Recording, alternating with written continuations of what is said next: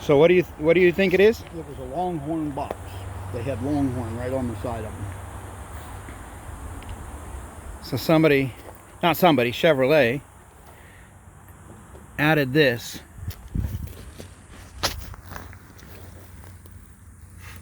Yeah, see, that was... It's not two boxes.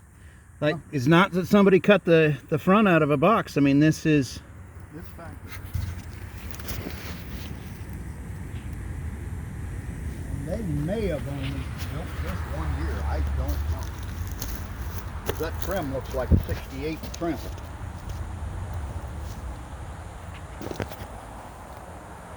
And so it must have been a half-ton truck. no, it was probably, it would probably been on a, well, half-ton and up.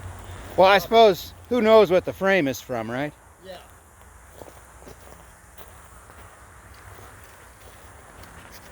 Yeah, see, that's a 5-bolt frame, or 5-bolt rear end, and that was probably 68, 72, 70, 71, or 71, 72 would have had the 5-bolt deal, but that's not. Yeah, oh, that's a front axle. So very clearly this... It's not for this one. It's not for this thing.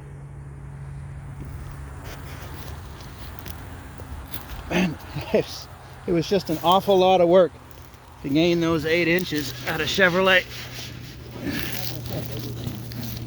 Camper for big, that was before the trailer came out of lot. Everybody was using it. See, that would have set the weight load of the camper back another 7 inches on the frame.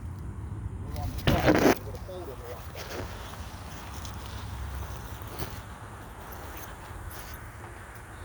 Well, there just can't be many of those out there.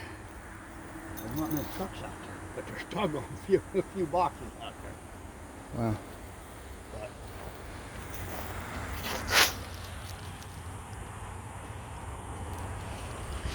I wish we could see the inside front corners, but it's full of treasure. that's not going to hold for a while.